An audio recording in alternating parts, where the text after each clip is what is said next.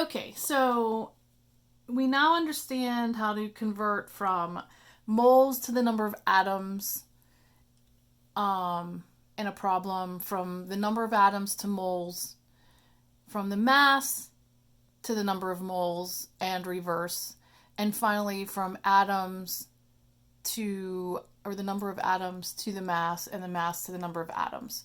So we're going to come back to that, but right now what we're going to do is we're going to look at how we calculate molar mass. Like, what if we're not just talking about sodium or neon? What if we're talking about a molecule or some kind of compound? Well, in that case, what we have to do is really simple, and we're just adding up each of the elements based on the subscript that's in the formula. So I'm going to show you a couple, and on our chem page there will be probably 2 pages of problems. This page will be there, so if you actually want to print it out and work along with it, or whatever, however you want to work it. So I'm going to do some of these directly on this paper and show you how it's done.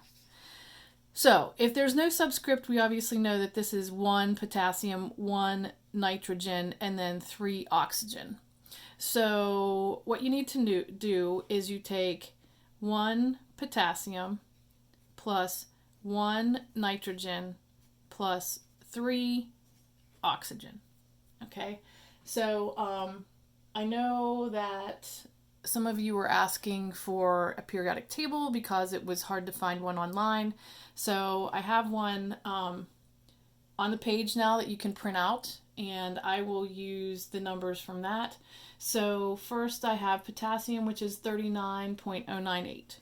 So 39.098 plus the mass of nitrogen, which is 14.007, and this is grams per mole. I should be writing that. Grams per mole.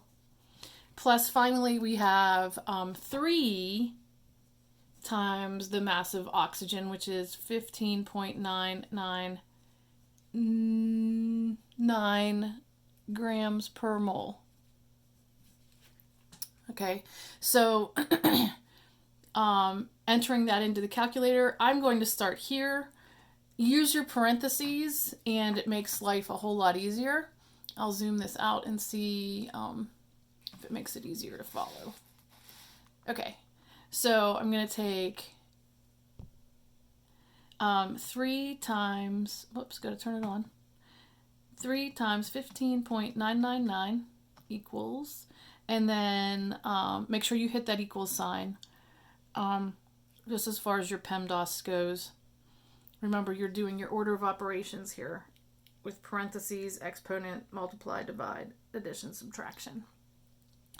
Okay, so now I'm going to add 14.007 plus 39.098. And it really doesn't matter if you follow it this way. To me, this is easier. If you just add an order, and then whenever you get here, just put the plus 3 and put your parentheses in, that's fine too. It's going to give you the same answer. So we have 101.102, and for these, we don't have any digit that's telling us, hey, end your significant figures here, or this is the extent of significant figures. So what we're going to do is try to get that clear off. Just round these to the hundredths. Okay, round to hundredths.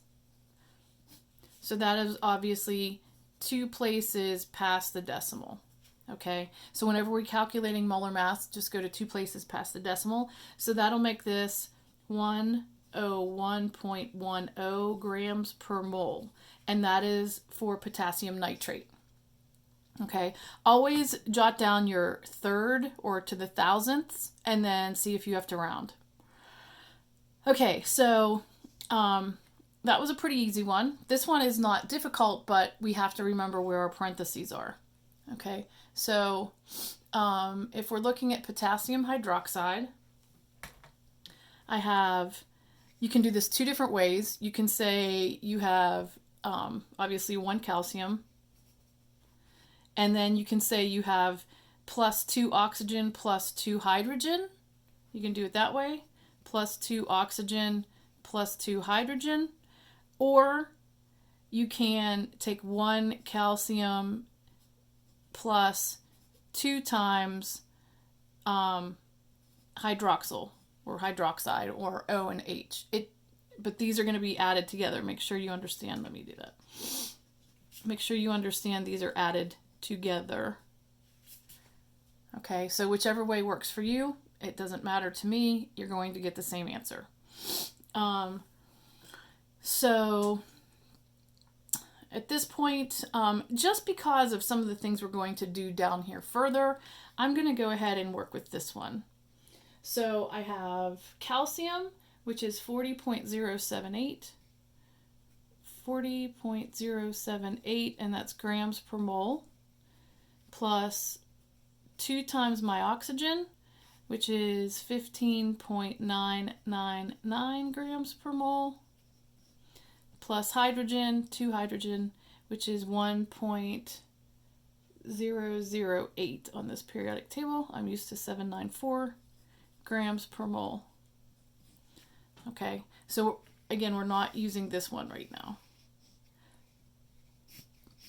Okay, and so again, I just make sure I'm careful with entering that into my calculator. And so it'll be 40. I'll zoom that out again. I'm sure you're getting the hint or the gist of this, but I'll do this again. So 40.078 plus 2 parentheses 15.999 and parentheses plus 2 times parentheses 1.008, whoops, 8, and parentheses and equals, so 74. And let's just think about that. Does that make sense? So if I have 2 times 16, that's roughly 16. I'm going to say 32. 32 plus 40 is going to be roughly 72. And then I have 2 here, so that's roughly 74. So this makes sense. And so I'm going to write this down for my answer. 74.092. And then I'm going to take that back to the hundredths place. 74.09. Whoops, 9. I'm getting ahead of myself. That's trying to be my grams. 9 grams per mole, and that would be for calcium hydroxide. Okay, and then the next one, we're taking it to the limit. Okay, we're going to do taking it back to chapter 5, where we're looking at our different ions. So this is tin 2 chloride. So I have to go back and I have to look, remember, what does that mean? Just like if we were taking a final, we keep progressing and we keep pulling back and like pulling everything together. So this one isn't too bad. The Roman numeral, if you remember, and I'm going to use a different color marker, or I'm going to use a marker just to separate it from this other one.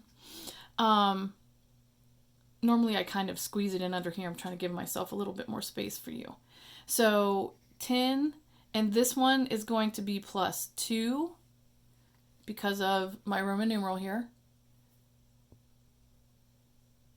And then chloride, which is always minus 1, those halogens. So now I have to do my crisscross. So SN and then my Cl2. So my final formula is going to be that. So now I just need 1 tin plus 2 times my mass of chlorine, and so that's going to be my tin, 118.71 grams per mole, plus 2 times 35.453 grams per mole.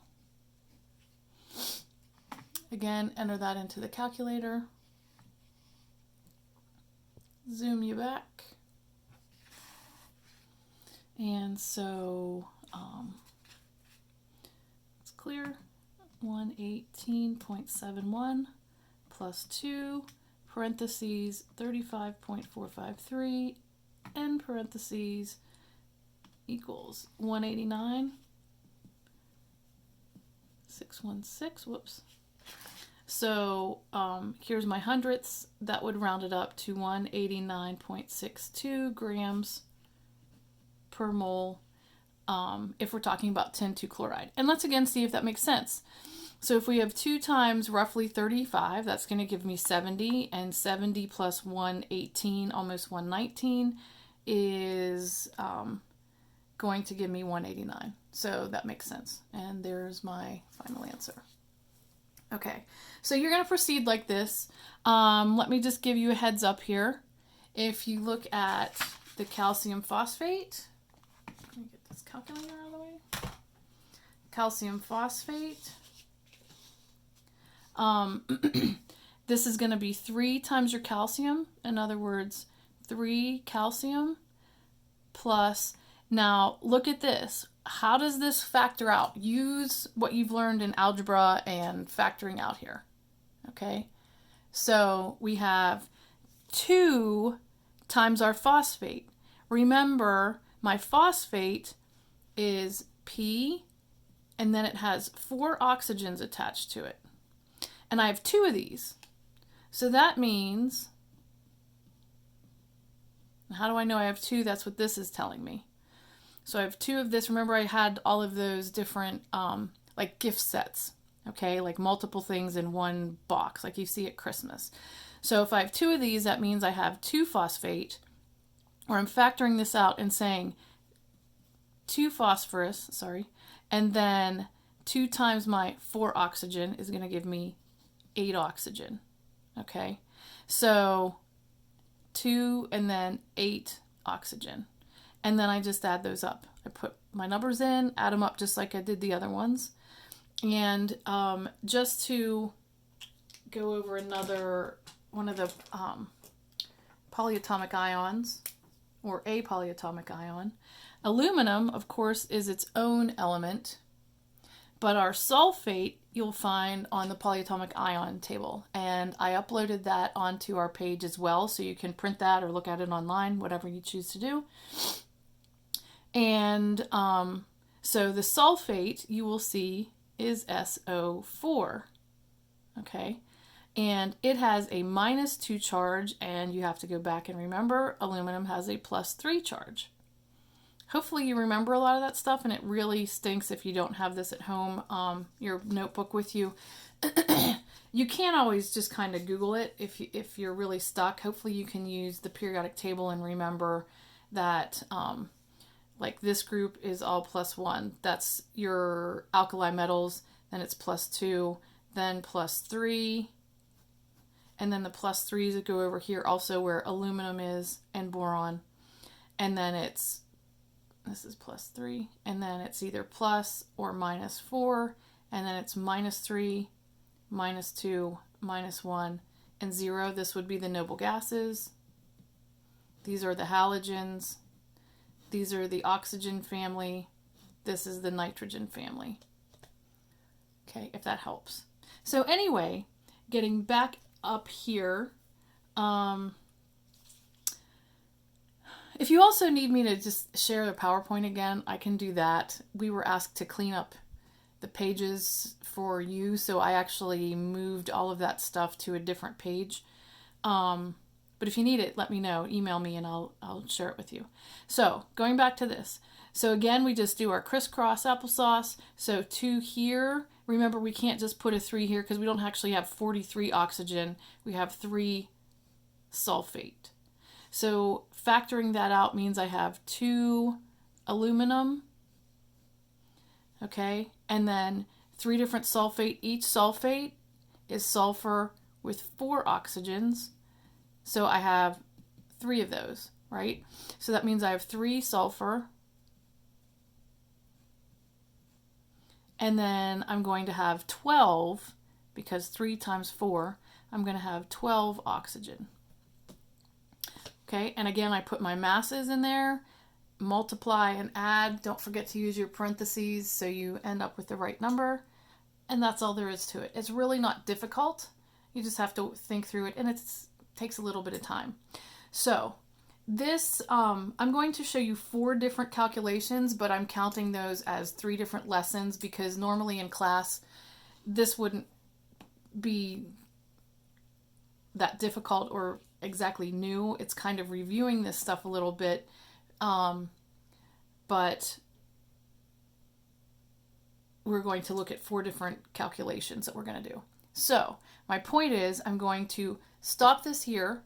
You can practice some of these, and hopefully the video will upload a little bit faster then. Okay, so onward. Go ahead and work these through, and then I'll have the second page and you can work on those. It's set up the same way, it's just different numbers. You can do that one as well.